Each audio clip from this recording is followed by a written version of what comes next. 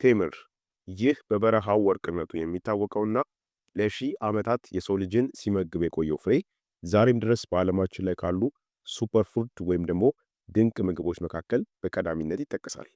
በተለይ በሀገራችን ኢትዮጵያና በብዙ የእስልምና እምነት ተከታዮች ዘንድ ቴምር ከመንፈሳዊ እሴቱ ባለፈ ለጤና ያለው ፋይዳ ወደር የለውም። ነገር ግን አንድ እውነታ አለ። ማንኛውም መድኃኒት አጠቃቀሙ ካልታወቀ ጉዳት እንዳለው ሁሉ ቴምርንም በተሳሳተ መንገድ መመገብ ለከባድ የጤና ችግሮች ሊዳርገን ይችላል። ብዙዎቻችን ቴምርን ስንመገብ ለዘመናት ስንሰራቸው የቆየናቸው ልምዶች ሳናውቀው በሰውነታችን ላይ ትልቅ የሆነ ጫናን እየፈጠሩ ይገኛሉ። በዛሬው ቪዲዮአችንም ቴምርን እንደ መድኃኒት እንድንጠቀምበትና ካልታሰቡ የጤና እክሎች እንድንድን ሳይንስና ልምድ የደረሱባቸውን 10 አደገኛ ስህተቶች አንድ በአንድ እንፈትሻለን። ቪዲዮውን እስከ መጨረሻው በመመልከት የእናንተንና የቤተሰባችሁን የጤና አኗኗር ሁኔታ ዛሬውኑ ቀይሩ። ዝግጁ ከሆናችሁ ወደ ዝርዝር መረጃዎቹ እንለፍ። የመጀመሪያና አንደኛ ስህተት ቴምርን ሳያጥቡ መመገብ ነው። የመጀመሪያውና ትልቁ ስህተት ቴምርን ካለማጠብ የሚመጣ ነው።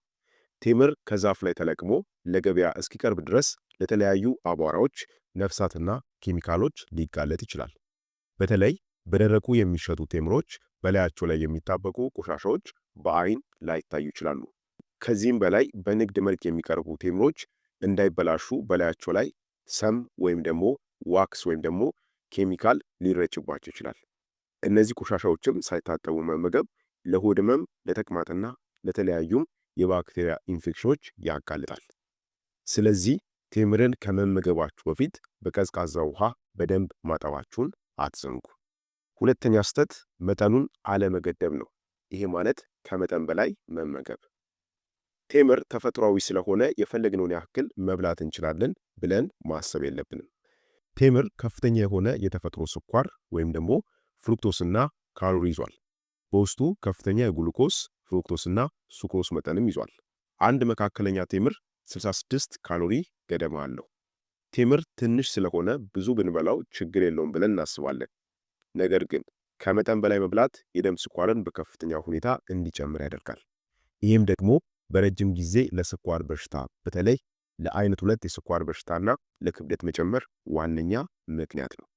በቀን ከ3 እስከ 5 ፍሬ በላይ መመገብ ለክብደት መጨመርና ለደም ስኳር መዛባት ምክንያት ሊሆን ይችላል። ስለዚህ ቴምርን በቀን ከ3 እስከ 5 ፍሬ በላይ መመገብ የለብንም ማለት ነው። እሱንም ጤነኛ ለሆኑ ሰዎች። ሶስተኛ ስህተት ከከባድ ምግብ በላይ ወዲያውኑ መመገብ። ብዙዎቻችን ቴምርን እንደ ማጣፈጫ ወይም ደግሞ ዴዘርት ከምግብ በኋላ እንመገበዋለን። ይሄ ግን ስህተት ነው። ቴምር በፋይበር የበለጸገ ስለሆነ ለመፈጨት ጊዜ ይወስዳል።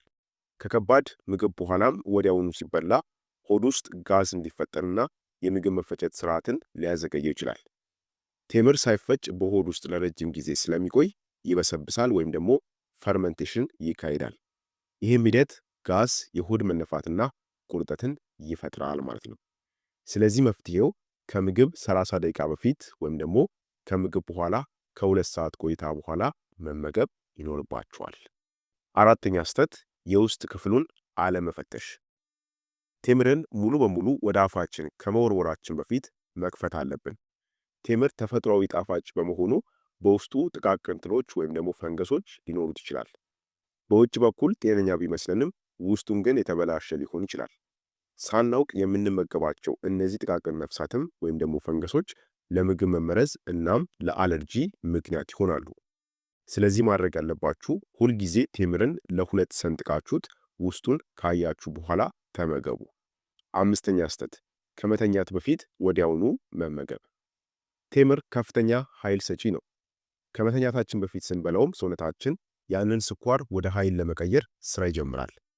በቴምር ውስጥ ያለው ከፍተኛ ስኳር ፈጣን ጉልበት ስለሚሰጠን እንቅልፍ ሊነሳን ይችላል። እንዲሁም ሌሊት የደም ስኳር መጠን እንዲዋዥቅም ያደርጋል። ስለዚህ ከመተኛታችሁ በፊት 3 ሰዓት በፊት ማለት ነው መመገብ ይኖርባችኋል። በልታችሁት ቶሎ መተኛት የለባችሁም። ስድስተኛ ስህተት የኩላሊት ህመም ያለባቸው ሰዎች ጥንቃቄ አለማድረጋቸው። ቴምር ከፍተኛ የፖታሺየም መጠን አለው። ጤነኛ ኩላሊት ትርፍ ፖታሺየምን በሽንት ያስወግደዋል። ኩላሊታቸው ደካማ የሆኑ ሰዎች ግን በሰውነታቸው ትርፍ ፖታሽየምን ማስወገድ ስለማይችል በደም ውስጥ የፖታሽየም መጠን እንዲጨምርና ለልብ ስራ መስተጓጎልም ምክንያት ሊሆን ይችላል። በደም ውስጥ የፖታሽየም መጠን መጨመርም ሃይፐርካሊሚያ የልብ ምትን ያዛባል፣ ለድንገተኛ የልብ ድካም ይዳርጋል። በደም ውስጥ የፖታሽየም መጠን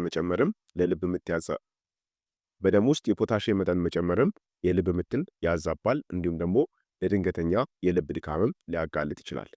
ስለዚህ የኩላሊት ታካሚዎች ቴምርን ከመመገባቸው በፊት የግድ ሐኪምን ማማከር ይኖርባቸዋል። ሰባተኛ ስህተት የታሸጉና የተቀነባበሩ ቴምሮችን መግዛት። አንዳንድ አምራቾች ቴምሩ እንዲያብረቀርቅና ማራኪ እንዲሆን ግሉኮስ ሲራፕ ይሄ ማለት ተጨማሪ ስኳር ይጨምሩበታል። እንዲሁም ደግሞ እንዳይበላሽ ሰልፋይት የተባለ ኬሚካልም ይጠቀማሉ። ይህም ተጨማሪ ስኳር ለውፍረት ሲዳርግ፣ ሰልፋይት ደግሞ ለአተነፋፈስ ችግርና ለቆዳ አለርጂ ምክንያት ይሆናል ማለት ነው። ስለዚህ ተፈጥሯዊና ምንም አይነት ማቆያ ኬሚካል ያልተጨመረበት መሆኑን አይታችሁ መግዛትና መመገብ ይኖርባችኋል። ስምንተኛ ስህተት ቴምርን ለብቻው መመገብ። ቴምር ብቻውን ሲበላ በውስጡ ያለው ስኳር በፍጥነት ወደ ደም ይገባል።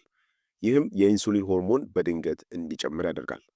የደም ስኳር በፍጥነት ወጥቶ በፍጥነት ስለሚወርድም ቴምር ከበላን ከጥቂት ደቂቃዎች በኋላ ከፍተኛ የረሃብ ስሜትና የድካም ስሜት ይሰማናል።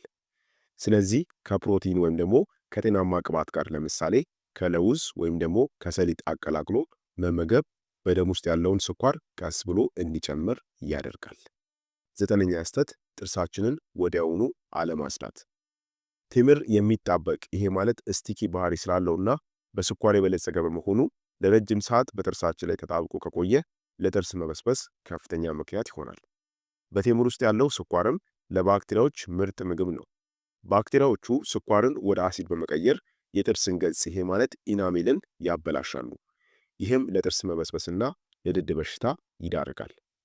ስለዚህ ቴምር እንደበላችሁ ወዲያውኑ አፋችሁን በውሃ መጉመጥመጥ ወይም ደግሞ መቦረሽ ያስፈልጋል ማለት ነው። አስረኛ ስህተት ለህፃናት ያለ ጥንቃቄ መስጠት። የቴምር ቆዳ ለመፈጨት አስቸጋሪና የሚጣበቅ ነው። ትናንሽ ህፃናት በተለይ ከ1 ዓመት በታች የሆኑ ይህንን በደንብ ማኘክ አይችሉም። ስለዚህ መዘዙ በጉሮሮ ላይ የመጣበቅና የመታነቅ አደጋን ሊያስከትል ይችላል። እንዲሁም ደግሞ ለህፃናት ሆድ ከባድ ሊሆንባቸውም ይችላል።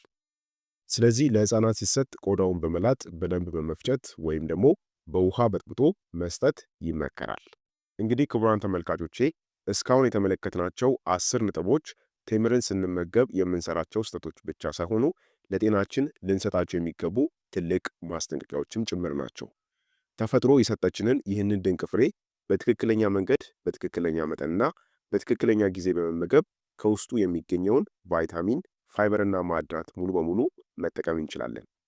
ጤና ማለት የምንመገበው ምግብ ብቻ ሳይሆን ምግቡን የምንመገብበትም ጥበብ ጭምር ነው። ቴምርን ስትመገቡ ከዛሬ ጀምሮ እንደምትጠነቀቁና እነዚህንም ስህተቶች እንደምታረሙ ተስፋ አደርጋለሁ። የዛሬው መረጃ ለእናንተም ሆነ ለምትወዷቸው ሰዎች ጠቃሚ ሆኖ ካገኛችሁት ቪዲዮን ላይክ በማድረግ ለሌሎችም እንዲደርስ ሼር እንድታደርጉ በአክብሮት እጠይቃችኋለሁ። የእናንተ አስተያየት ለእኔ ትልቅ ዋጋ አለው። ከእነዚህም 10 ስህተቶች መካከል እናንተ ስትሰሩት የነበረው የትኛውን ነው? ወይም ደግሞ በዝርዝር ውስጥ ያልተካተተ እናንተ የምታውቁት ሌላ ስህተት አለ? ከታች ባለው የአስተያየት መስጫ ኮሜንት ላይ አጋሩኝ። ለወደፊትም ጠቃሚ የሆኑ የጤና መረጃዎች እንዲደርሷችሁ ቻናሌን ሰብስክራይብ ካላደረጋችሁ አሁን በማድረግ የቤተሰቤ አባል ሁኑ። በቀጣዩ ቪዲዮ ጠቃሚ በሆነ የጤና ርዕስ እስከምንገናኝ ድረስ ቸር ቆዩልኝ።